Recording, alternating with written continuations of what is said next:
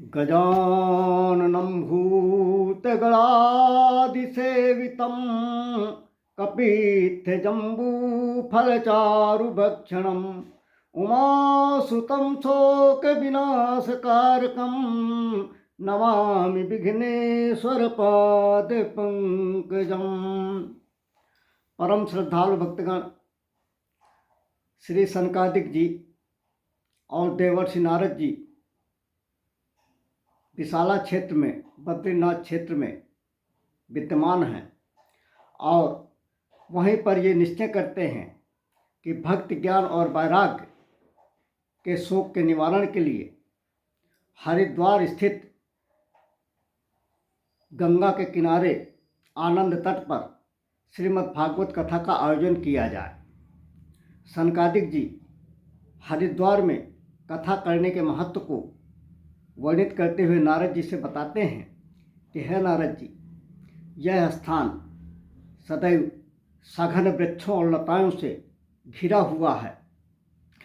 यहाँ पर बड़े बड़े सिद्ध, विरक्त, संत, मुनि, ऋषि निवास करते हैं।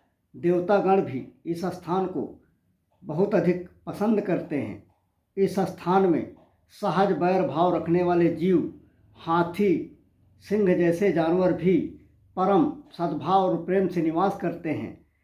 यह स्थान अति शांतिपूर्ण स्थान है। इस स्थान में कथा किए जाने से चित्त को एकाग्र होने का अवसर मिलेगा तथा कथा का रहस्य और महत्व भी समझ में लोगों के आएगा। इस कारण से ऐसा निश्चय करके देवर्षि नारद जी और सनकादिक जी आनंद तट, गंगा घाट, हरिद्वार में पधारते हैं।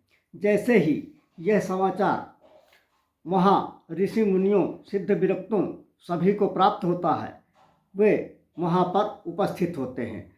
भृगुर्वसिष्ठश्च च्यवनश्च मेधा तिथिर्देवल देवरातो रामस्तथा गाधिसुतश्च शाकुलो मृकुण्डपुत्रा त्रिदिपीप्ललादाः योगेश्वरः व्यासपराशरः च छाया सुकोजा जलिजौहमुख्याः सर्वे यमी मुनिगणाः सहपुत्रशिष्याः स्वस्त्रीभिरायुरति प्रणयेन युक्ताः। उसी समय श्री भृगु ऋषि जी, वशिष्ठ ऋषि जी, च्यवन ऋषि जी, मेधा ऋषि जी, मेधातिथि ऋषि जी, देवल जी, देवरात जी, परशुराम जी, विश्वामित्र जी, साकल ऋषि जी, मार्कंडेय ऋषि जी और पिपलाद ऋषि जी, योगेश्वर व्यास जी, पाराशर जी, छाया सुख जी, जाजल ऋषि जी और जहू जैसे अनेक मुख्य एवं प्रसिद्ध संत वहाँ पर इकट्ठा होते हैं। उनके साथ उनके पुत्र, पत्नियां, शिष्य और परिवार भी एकत्रित होता है। इसके अतिरिक्त अनेकानेक सिद्ध, संत, मुनि, महात्मा, विरक्त, वैष्णव वहाँ पर इकट्ठा होते हैं। वायु, जल, सभी दिशाएं, गंगा आदि जैसी पवित्र नदियाँ, हिमालय जैसे सभी पर्वत, सभी दिशाएं, मेघ, वन, ये सभी कथा सुनने के लिए इकट्ठा होते हैं। इसके अलावा अनेकानेक जीव जंतु भी वहाँ पर कथा श्रवण के लिए इधर उधर एकत्रित होकर बैठ जाते हैं। जय शब्दो नमः शब्दः शंख शब्दस्तथैव च चूर्णराजा प्रसूनानां निक्षेपः सुमहानभूत। भारी भीड़ एकत्रित हो जाती है और जय जयकार के शब्द वहाँ पर गूंजने लगते हैं, शंखध्वनि होने लगती है, पुष्पों की और मालाओं की वर्षा होने लगती है। देवतागण आसमान में देवियों सहित उपस्थित हैं, वे वहाँ से फूलों की वर्षा कर रहे हैं और कल्प वृक्ष के पुष्पों की भी वर्षा वहाँ से हो रही है। तभी नारद जी ने सनकादिक को व्यासपीठ पर सुशोभित किया है, विधिवत उनका पूजन अर्चन किया है और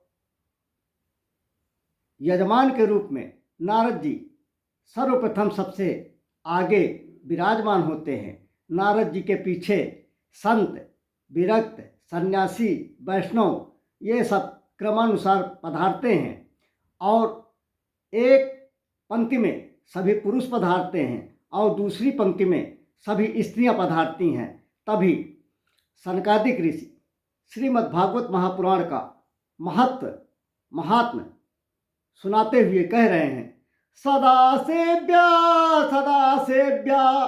श्रीमद्भागवती कथा यस्याह श्रवण मात्रेण हरिश्चित्तम समाश्रेत। सनकादिक ऋषिगण श्रीमद्भागवत महापुराण के महात्म का वर्णन करते हुए कह रहे हैं कि श्रीमद्भागवत महापुराण के कथा श्रवण करने और कराने के लिए कोई तिथि और दिवस निश्चित नहीं है। यह श्री कृष्णचंद्र जी की पावन कथा सदैव सेवन किए जाने योग्य है। इसको प्रतिक्षण, प्रतिपल, प्रतिदिन अनवरत और निरंतर सुनने और सुनाने योग्य है। इसके सुनने मात्र से ये जो चित्त है यह हरि से स्थापित हो जाता है, हरि में चिपक जाता है। इस भागवत कथा के श्रवण करने से सभी पापों का क्षय होता है, पुण्यों का उदय होता है, भाग्य का उदय होता है। अनेक जन्मों के कर्मों से सर्जित किए गए पुण्यों के परिणाम स्वरूप इस भागवत कथा के श्रवण करने का सौभाग्य प्राप्त होता है। किम श्रुते बहुर्भि शास्त्रैः पुराणैश्च भ्रमावहैः एकं भागवतं शास्त्रं मुक्तिदानेन गर्जति। कह रहे हैं कि अनेक शास्त्रों और पुराणों के सुनने की आवश्यकता नहीं है, क्योंकि अनेक शास्त्रों और पुराणों के सुनने से बड़ी भ्रम की स्थिति हो जाती है। इस श्रीमद्भागवत महापुराण में सभी शास्त्रों, छहों शास्त्रों, अन्य 17 पुराणों और सभी वेदों का सार निहित है। इसलिए कहा गया है कि एकमात्र भागवत सुने जाने से मुक्ति की प्राप्ति होती है। यह भागवत शास्त्र एक ऐसा शास्त्र है जो मुक्ति देने के लिए सदैव गर्जना करता रहता है। इसलिए प्राणी को इस श्रीमद्भागवत महापुराण का श्रवण करके अपने जीवन को कल्याणमय बनाना चाहिए। अपने जीवन में जो परम धाम प्राप्ति का उद्देश्य है उस उद्देश्य को इसके सुनने से पूर्ण कर लेना चाहिए। न गंगा न गया काशी पुष्करम न प्रयागकम सुख शास्त्र कथायाश्च फलेन समतां लभेत। कहते हैं कि जो कोई भागवत की कथा श्रवण करता है तो उसको जो गंगा, गया, काशी, पुष्कर और प्रयाग आदि तीर्थों में जाने का फल प्राप्त होता है, उससे भी अधिक कल्याणकारी फल श्रीमद्भागवत के कथा के सुनने से प्राप्त होता है। यदि आपने प्रेम पूर्वक, श्रद्धा पूर्वक चित्त में लय लगाकर, ध्यान लगाकर, बुद्धि को केंद्रित करके भागवत रूपी फल के रस का पान किया है, तो फिर अन्य किसी तीर्थ स्थानों में जाने की बहुत अधिक आवश्यकता नहीं है और उन सभी तीर्थों का फल आपको भागवत शास्त्र के सुनने मात्र से प्राप्त हो जाएगा। पश्च भागवतम शास्त्रम वाचयेदर्थितो निशम जन्म कोटि कृतं पापम नश्यते नात्र संशयः। जो कोई इस भागवत की कथा का श्रद्धापूर्वक श्रवण करता है, इसका पाठ करता है, इसको सुनता है, सुनाता है, उसके करोड़ों जन्मों के किए गए पापों का विनाश हो जाता है, इसमें कोई संशय नहीं है। और उस व्यक्ति के पापों का क्षय होकर उसको पुण्य की प्राप्ति होती है, अभीष्ट कामना की प्राप्ति होती है, मोक्ष की प्राप्ति होती है, भगवत चरणों में स्थान प्राप्त होता है। यह निसंदेह स्थापित है। यह स्वयं श्रीमद् भागवत की कथाओं से ही स्पष्ट है। धुंधकारी जैसे प्रेत का उद्धार भी इसी कथा से हुआ है। तो हेम सिंहम युतम चेतत दैष्णवाय ददाति च कृष्णेन सा स्नायुज्यम से प्रभा लभते ध्रुवम।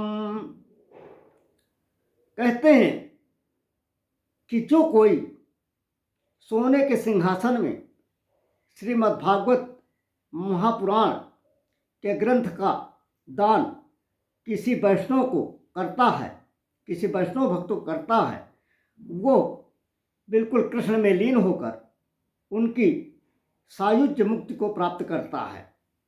यह निश्चित रूप से स्थापित है, इसमें कोई संदेह नहीं है। और श्रीमद् भागवत महापुराण की कथा को जो नहीं सुनता है, जो धारण नहीं करता है, जो चित्त में भगवान की कथा का गान नहीं करता है, वह इस जीवन में व्यर्थ जीव धारण करके आया है। क्योंकि कहा गया है कि जिन हरि भगति हृदय नहीं जानी जीवत सब समान तेई प्राणी जो नहीं करई राम गुण गाना जी सुधा दूर जी है समाना। कहते हैं जिन्होंने हरि की भक्ति को हृदय में धारण नहीं किया है, वह व्यक्ति जीते हुए भी मृत्यु के समान है। और जो व्यक्ति भगवान की लीलाओं का, भगवान के चरित्र का, भगवान के नाम का गान नहीं करते हैं, उनकी जीभ मेढक की तरह है। जैसे मेढक अपना सारा जीवन टर्र टर्र टर्र टर्र करते हुए बिता देता है, उसी प्रकार व्यक्ति गधे की तरह व चंडालों की तरह अपनी गृहस्थी का बोझ ढोता ढोता ढोता ढोता चला जाता है। और जब अंतिम समय आता है तब वो भगवान के नाम का भी स्मरण नहीं कर पाता है और अधोगति को प्राप्त होता है। इसलिए इस भागवत कथा में जो श्री कृष्णचंद्र की साक्षात वाङ्मय है, इस कथा के श्रवण करके व्यक्ति अपनी अधोगति को सुधार सकता है और परम धाम को प्राप्त कर सकता है। भक्ति सुतौ तौ तरुणौ गृहीत्वा प्रेमैक रूपा सहसा विरासीत् श्री कृष्ण गोविंद हरे मुरारे नाथेति नामानि मुहुर्वदन्ति। कहते हैं कि सनकादिक जी श्रीमद् भागवत महापुराण के महात्म का वर्णन कर रहे थे, उसी समय भक्ति मैया ज्ञान और वैराग्य को लेकर प्रकट हो गई और बड़ी हर्ष के साथ वहाँ पर नृत्य करने लगी। तब वहाँ पर उपस्थित श्रोता समुदाय ने, ऋषि मुनियों ने पूछा कि अरे ये यहाँ पर कैसे उपस्थित हो गई। तब सनकादिक जी ने बताया कि ये भागवत के अर्थ से उत्पन्न हुई हैं, ये भक्ति महारानी हैं और ये इनके दोनों पुत्र भक्ति वो ज्ञान और वैराग्य हैं। इस प्रकार से ज्ञान और वैराग्य इस कथा के महात्म को सुनकर युवा हो गए हैं और भक्ति के कष्ट का निवारण हो गया है। इसके पश्चात अब यह कथा सूत जी शौनक आदि ऋषियों को सुना रहे हैं। तो शौनकादि कहते हैं, शौनक जी कहते हैं सूत जी से कि हे प्रभु, ये आपने बहुत उत्तम दिव्य एवं पावन कथा सुनाई है और मैंने देखा कि सनकादिक जी ने जैसे ही इसके महत्व का वर्णन किया, बड़े बड़े वहाँ पर दुष्ट पापी और जो जीव थे उनका भी उद्धार हो गया है। हे प्रभु, ये बताइए कि यह कथा किनका किनका उद्धार कर सकती है। तब सूत जी कहते हैं कि हे शौनकादिक, कितना भी बड़ा पापात्मा हो, कितना भी बड़ा दुष्टात्मा हो, कितना भी बड़ा हिंसक हो, ब्रह्मद्रोही हो, पापाचारी हो, लोलुप हो, लंपट हो, लेकिन इस कथा के श्रद्धापूर्वक दत्तचित्त होकर श्रवण करने से उनका उद्धार होता है। तब शौनकादिक कहते हैं कि प्रभु, और वो कैसे होता है।